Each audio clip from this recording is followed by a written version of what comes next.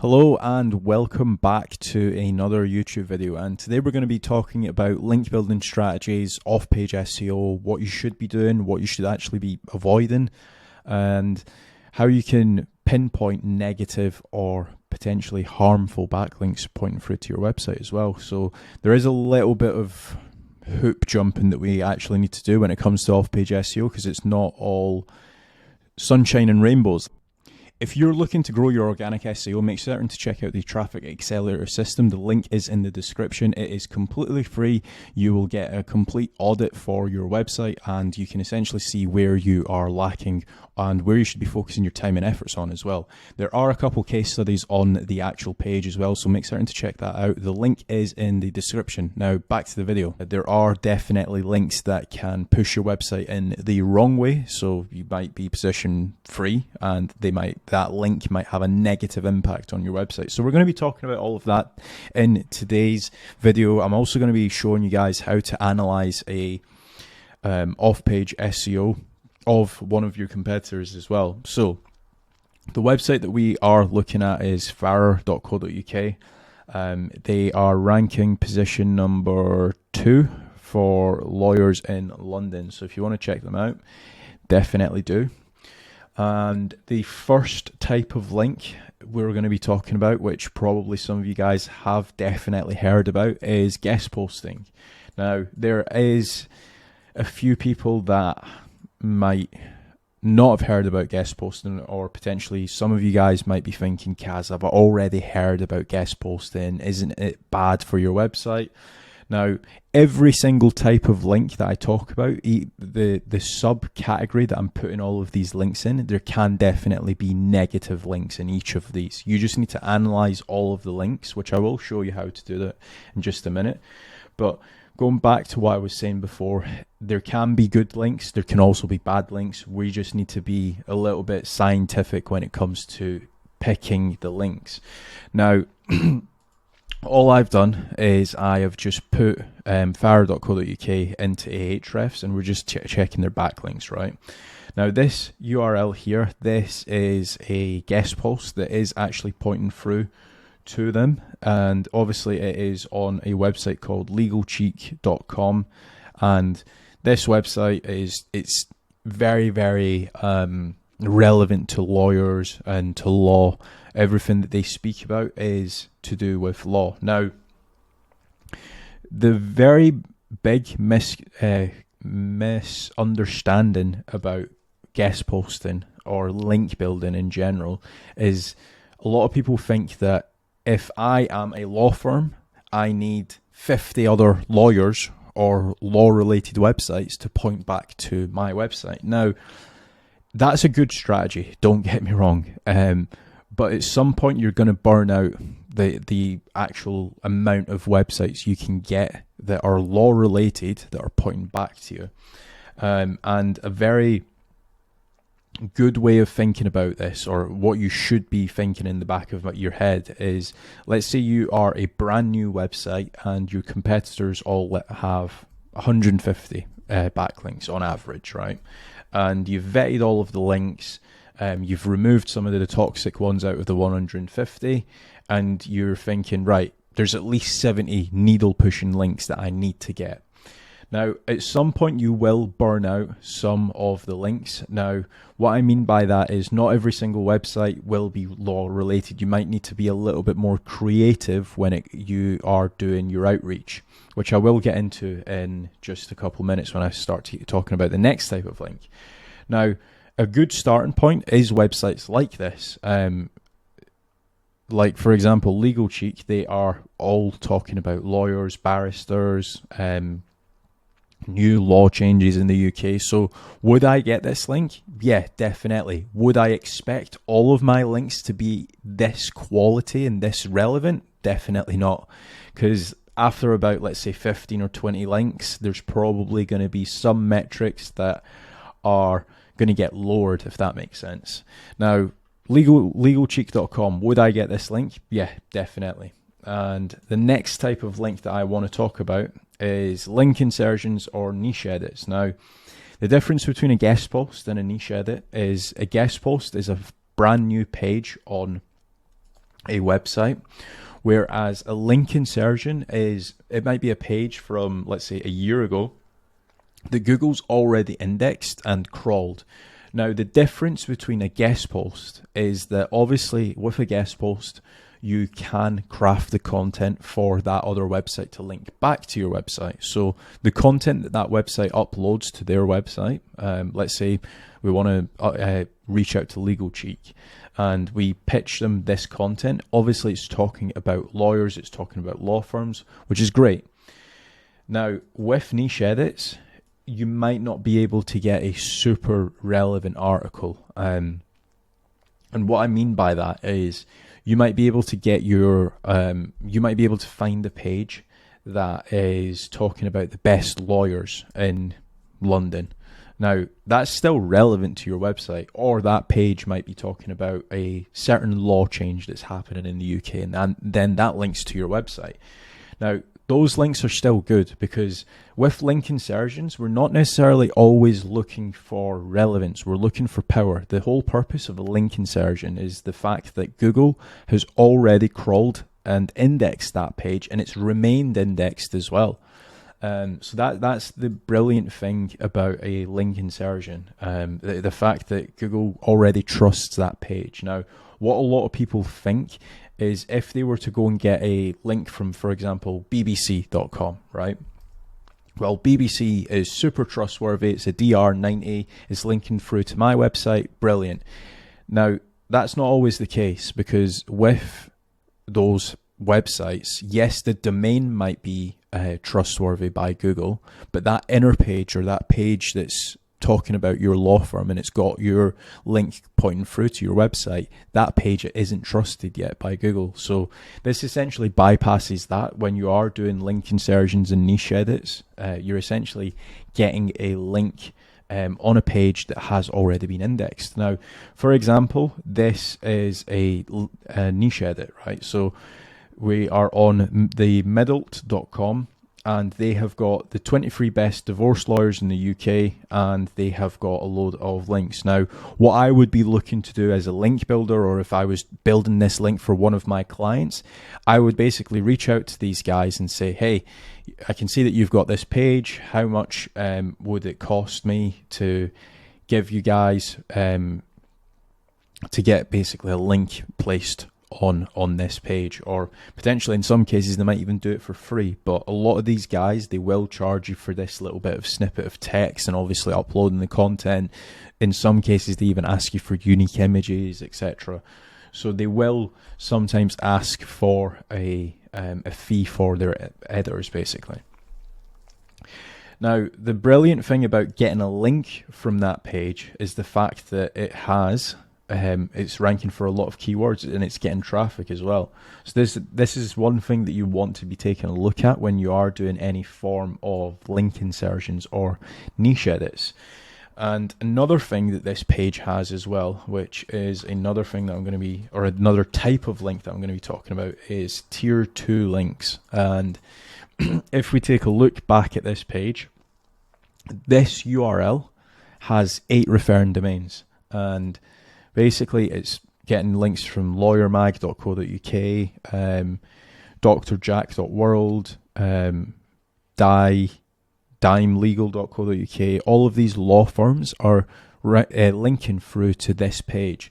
Now, the brilliant thing about tier 2s is the fact that you are passing more link equity through to your tier 1 link, which is up here, and then that's passing more link to your actual website. So always make certain that you are doing some form of tiered link building, because it can definitely help your website as well. It's essentially doing link building for your guest posts or link building for niche edits. Now, this is a niche edit or a link insertion, and it has naturally acquired some tiered links as well, which is really good to see.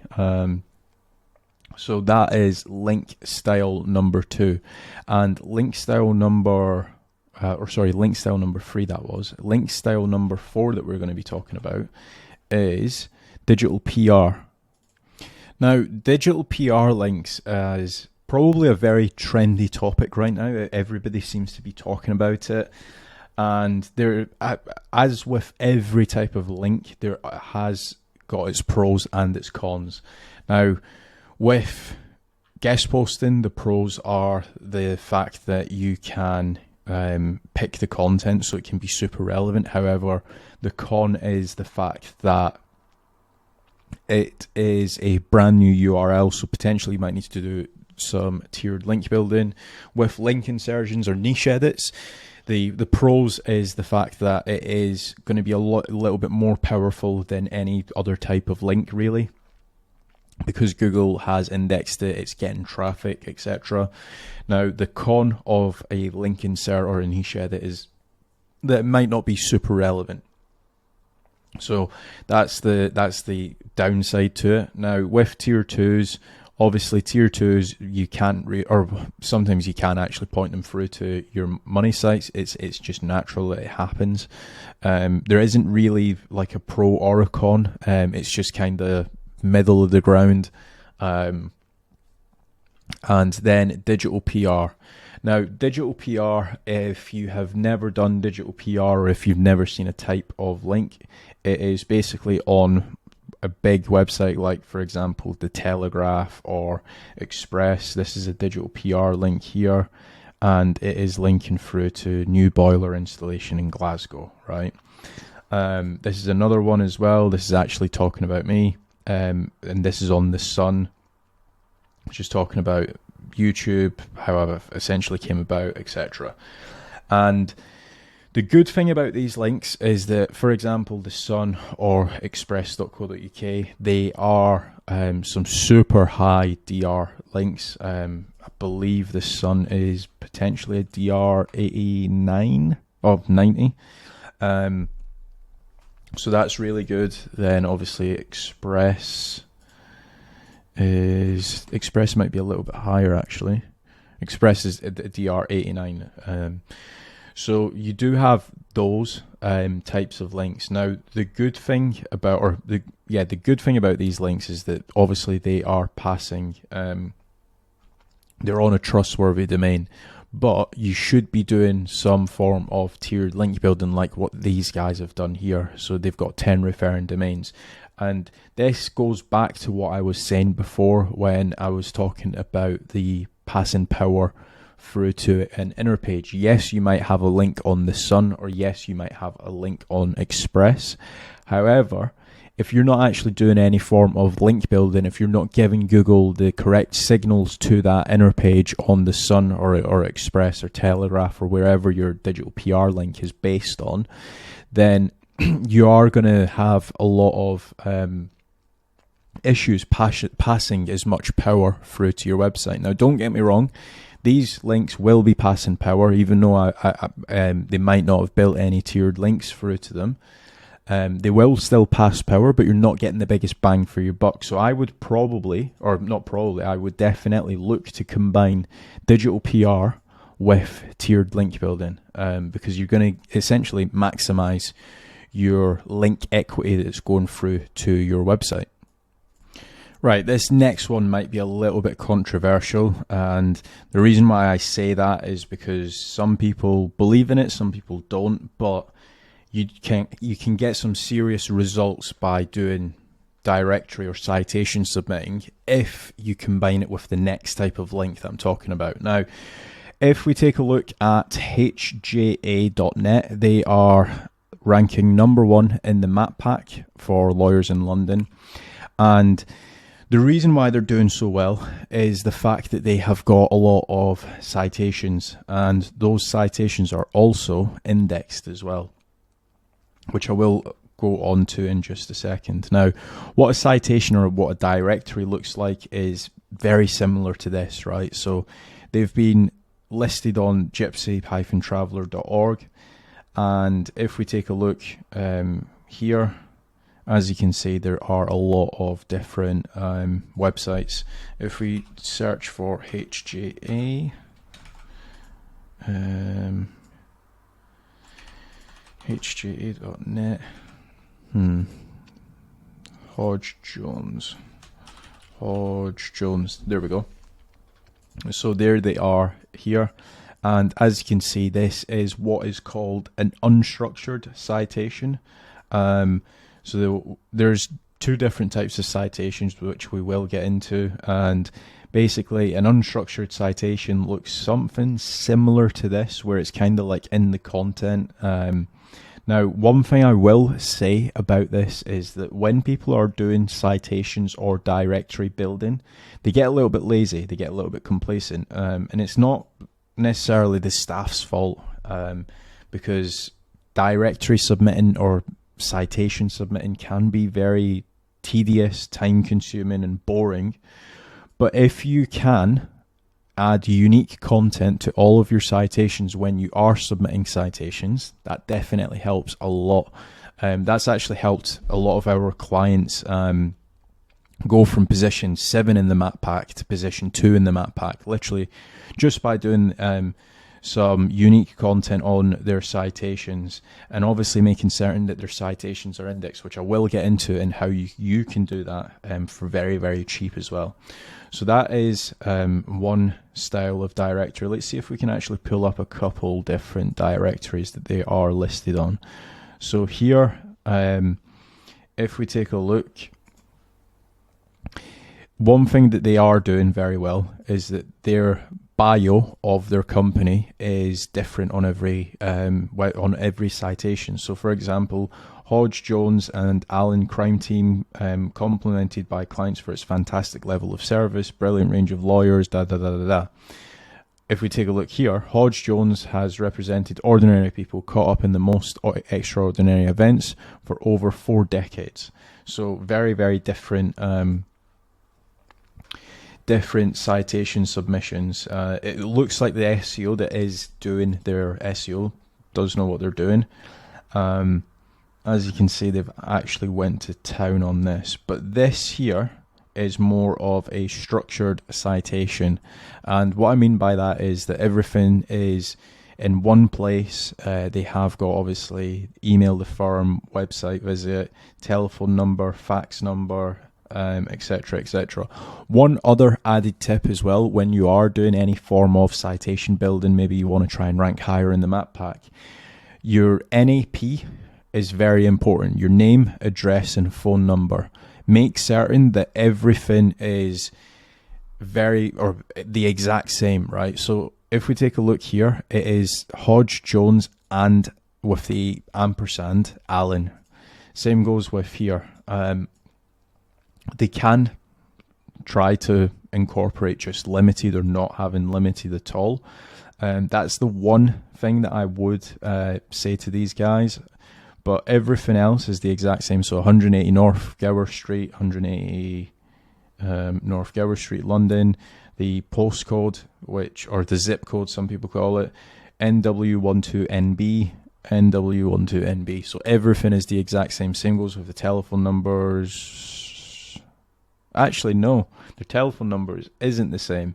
So again, I would look to just have a consistency across everything. So if you use one email on one citation website, make sure for the next 50 citation or directory submissions, you're using the exact same email. Same goes with the telephone number.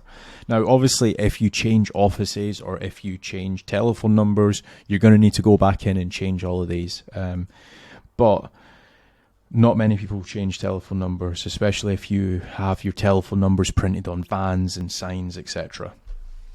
So that has been directory and citations. Now, an added bonus to directory and citations is making certain that you run them through an indexing tool. So you've got the likes of Omega Indexer, you've got Giga Indexer, you have all of these different indexers. But before you even think about running anything through an indexer, make certain that your citations definitely do have unique content, because otherwise, even if you were to run them through an indexer, they might index for a couple weeks or a couple months, but they're going to fall out of the index. Google doesn't like duplicate content. It doesn't matter if it's a citation website or if it's your website. But when you are doing any form of directory building or citation submitting, etc., Make certain that you are using unique content. If you can use unique images, definitely do that. If you can use unique videos, some citation websites do allow you to submit videos. So make certain that these are unique as possible. You should almost be treating the directory submitting as another blog post on your website. Would you do duplicated content on your website? Definitely not. So do these as legit as possible. There are certain gigs that will try and cheap out of this, but this is the most important part, making certain that you are using unique content when it comes to that. That's the biggest thing that we take care of at the actual agency, and we see some really good results just by doing that. So that has been my video on off-page SEO. If you guys want me to do a follow-up video, there are definitely other caveats to link building that I haven't covered in this video, but this was quite a light video on link building strategies. Make certain, if you guys did enjoy the video, to leave a like down below. And as always, if you want a free 15-minute growth strategy call for your website, make sure to check out carriageslash.com. Thanks.